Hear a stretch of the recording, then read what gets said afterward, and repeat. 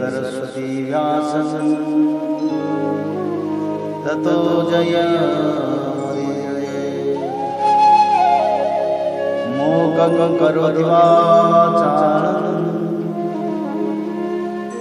पंगुलंघयते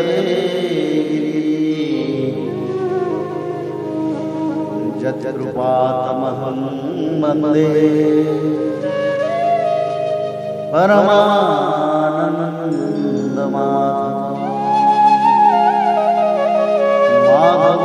माधवो वाक्यं माधवो हरि परन्ते साधवा नित्यं सकलकार्येषु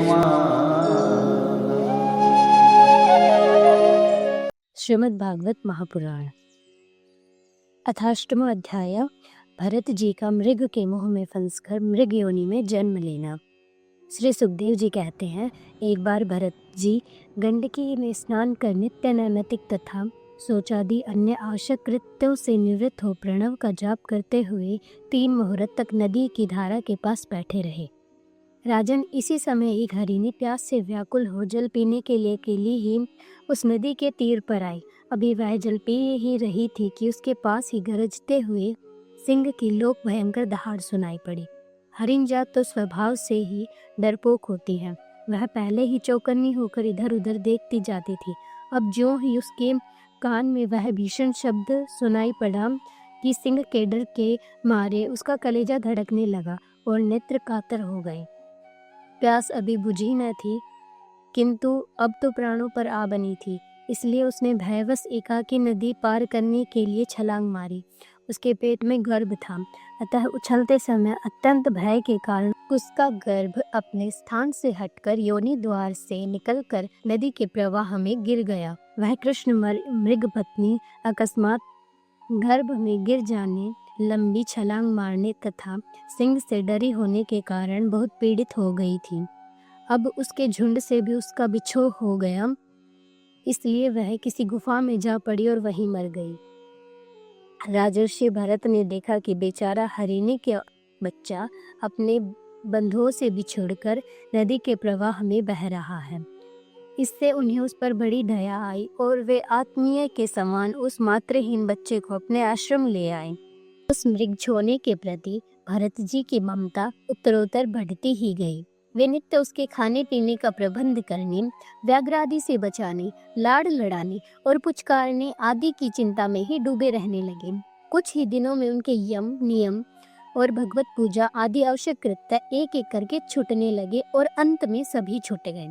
उन्हें ऐसा विचार रहने लगा, अहो कैसे खेद की बात है, इस बेचारे दीन मृग छोने को कालचक्र के वेग ने अपने झुंड, सुहृद और बंधुओं से दूर करके मेरी शरण में पहुंचा दिया है।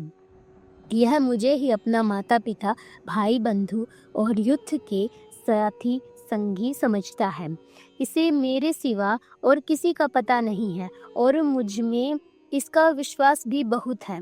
मैं भी शरणागत की उपेक्षा करने में जो दोष है उन्हें जानता हूँ, इसलिए मुझे अब अपने इस आश्रित का सब प्रकार की दोष बुद्धि छोड़कर अच्छी तरह पालन पोषण और प्यार दुलार करना चाहिए। निश्चय ही शांत स्वभाव और दीनों की रक्षा करने वाले परोपकारी सज्जन ऐसे शरणागत की रक्षा के लिए अपने बड़े से बड़े स्वार्थ की भी परवाह नहीं करते। इस प्रकार उस हरिण के बच्चे में आसक्ति बढ़ जाने से बैठते, सोते, टहलते रहते, ठहरते और भोजन करते समय भी उनका चित्त उसके स्नेह पाश में बंधा रहता। जब उन्हें कुश, पुष्प, समिधा, पत्र और फल मूलादि लाने होते तो भेड़ियों और कुत्तों के भय से उसे वे साथ लेकर ही वन में जाते। मार्ग में जहाँ तहाँ कोमल घास आदि को देखकर मुग्ध भाव से वह हरिण शावक अटक जाता तो वह तन प्रेम पूर्ण हृदय से दयावश उसे अपने कंधे पर चढ़ा लेते। इसी प्रकार कभी गोद में लेकर तो कभी छाती से लगाकर उसका दुलार करने में भी उन्हें बहुत सुख मिलता था। नित्य नैमित्तिक कर्मों को करते समय भी राजराजेश्वर भरत बीच बीच में उठ कर उस मृग बालक को देखते और जब उस पर उनकी दृष्टि पड़ती तभी उनके चित्त को शांति मिलती। उस समय उसके लिए मंगल कामना करते हुए वे कहने लगती, बेटा तेरा सर्वत्र कल्याण हो। कभी यदि वह दिखलाई न देता तो जिसका धन लुट गया हो उस दीन मनुष्य के समान उनका चित्त अत्यंत उद्विग्न हो जाता और फिर वे उस हरिण के बच्चे के विरह से व्याकुल एवं संतप्त हो करुणावश अत्यंत उत्कंठित एवं मोहविष्ट हो जाते तथा शोकमग्न होकर इस प्रकार कहने लगते, अहो क्या कहा जाए, क्या वह मात्रहीन दीन मृग शावक दुष्ट बहेलिए किसी बुद्धि वाले मुझ पुण्यहीन अनार्य का विश्वास करके और मुझे अपना मानकर मेरे किए हुए अपराधों का सत्पुरुषों के समान भूलकर फिर लौट आएगा? क्या मैं उसे फिर इस आश्रम के उपवन में भगवान की कृपा से सुरक्षित रहकर निर्विघ्न हरी हरी दूब चरते देखूंगा? ऐसा न हो कि कोई भेड़िया कुत्ता गोल बांधकर विचरने वाले शुक्रादि अथवा अकेले घूमने वाले व्याघ्रादि ही उसे खा जाएं। अरे संपूर्ण जगत की कुशल के लिए प्रकट होने वाली वैदत्रयी रूप भगवान सूर्य अस्त होना चाहते हैं, किंतु अभी तक वह मृग की धरोहर लौट कर नहीं आई। क्या वह हरिण राजकुमार मुझ पुण्यहीन के पास आकर अपनी भांति भांति की मृग शावक कोचित मनोहर एवं दर्शनीय क्रीड़ाओं से अपने स्वजनों का शोक दूर करते हुए मुझे आनंदित करेगा?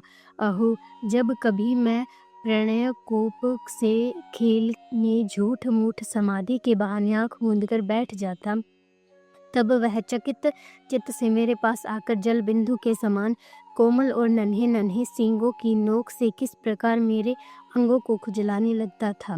मैं कभी कुशों पर हवन सामग्री रख देता और वह उन्हें दांतों से खींचकर अपवित्र कर देता तो मेरे डांट डांटने पर वह अत्यंत भयभीत होकर उसी समय सारी उछल कूद छोड़ देता और ऋषि कुमार के समान अपनी समस्त इंद्रियों को रोककर चुपचाप बैठ जाता था। फिर पृथ्वी पर मृग शावक के खुर के चिन्ह देखकर कहने लगते, अहो इस तपस्विनी धरती ने ऐसा कौन सा तप किया है जो उस अति विनीत कृष्ण सार किशोर के छोटे छोटे सुंदर सुखकारी और सुकोमल खुरों वाले चरणों के चिन्हों से मुझे, जो मैं अपना मृग धन लूट जाने से अत्यंत व्याकुल और दीन हो रहा हूँ, उस द्रव्य की प्राप्ति का मार्ग दिखा रही है और स्वयं अपने शरीर को भी सर्वत्र उन पद चिन्हों से विशोभित कर स्वर्ग और अपवर्ग के इच्छुक द्विजों के लिए यज्ञ स्थल बना रही है। चंद्रमा में मृग का सा श्याम चिन्ह देख उसे अपना ही मृग मानकर कहने लगते, अहो जिसकी माता सिंह के भय से मर गई थी, आज वही मृग शिशु अपने आश्रम से बिछुड़ गया है। अतः उसे अनाथ देखकर क्या ये 3 वत्सल भगवान नक्षत्र नाथ दयावश उसकी रक्षा कर रहे हैं? फिर उसकी शीतल किरणों से आह्लादित होकर कहने लगते, अथवा अपने पुत्र के वियोग रूप दावानल की विषम ज्वाला से हृदय कमल दग्ध हो जाने के कारण मैंने एक मृग बालक का सहारा लिया था, अब उसके चले जाने से फिर मेरा हृदय जलने लगा है, इसलिए ये अपनी शीतल शांत स्नेहपूर्ण और वदन शलील रूपा अमृतमयी किरणों से मुझे शांत कर रहे हैं।